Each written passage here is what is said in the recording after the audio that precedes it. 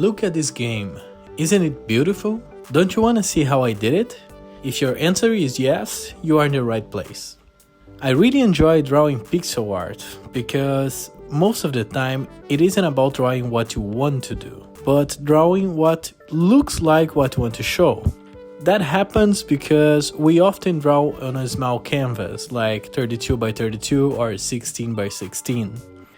And you also need to understand that there is no curves. They are just some small squares laying around. They are pixel in the end of the day. Look at this water, for example.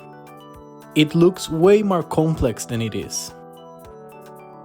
If you look at it, you will see that it is just a 32 by 32 sprite being repeated over and over.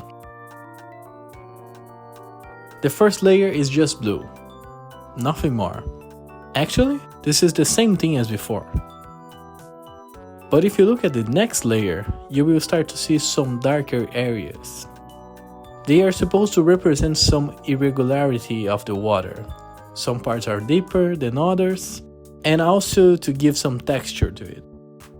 And we have the last layer that applies some highlights.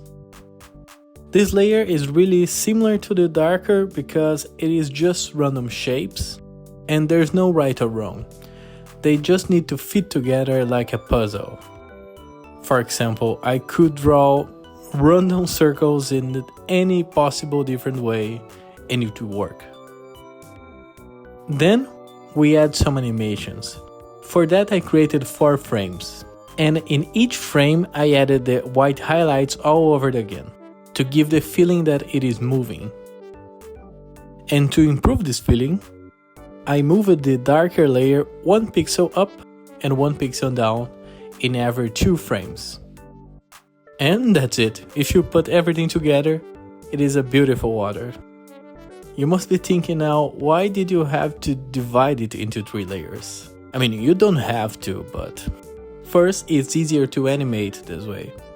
And second, if you look at the island or the rocks, you will see this darker blue area. And this area represents some shadow or maybe the content that is under the water.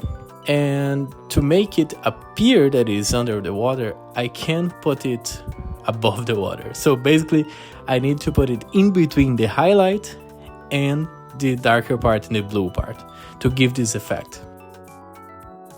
I also improved the cave environment, but this one was way simpler.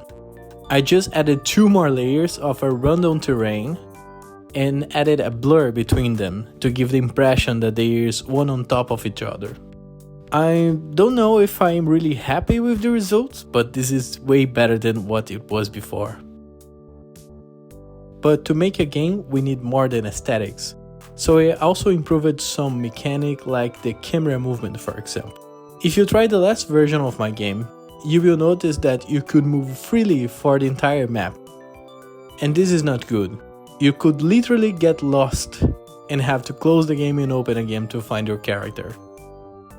Or if you move the camera far to the left, you could find parts of the map that you were not supposed to see yet. But the solution was simple.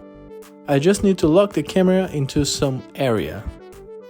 You can still move the camera around, but now you have a limit on how far you can do it.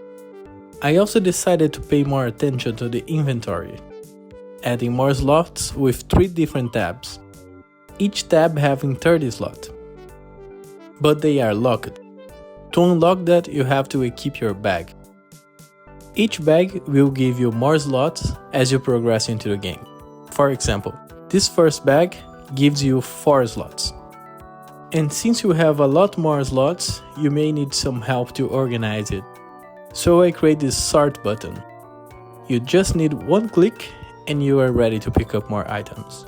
The last thing that I decided to add was a tooltip when you are placing a crafting table. Now it is easier to visualize where you want to place it and if you are allowed to place it or not. For example, you can't place it under the tree, so it will not show the tooltip over it.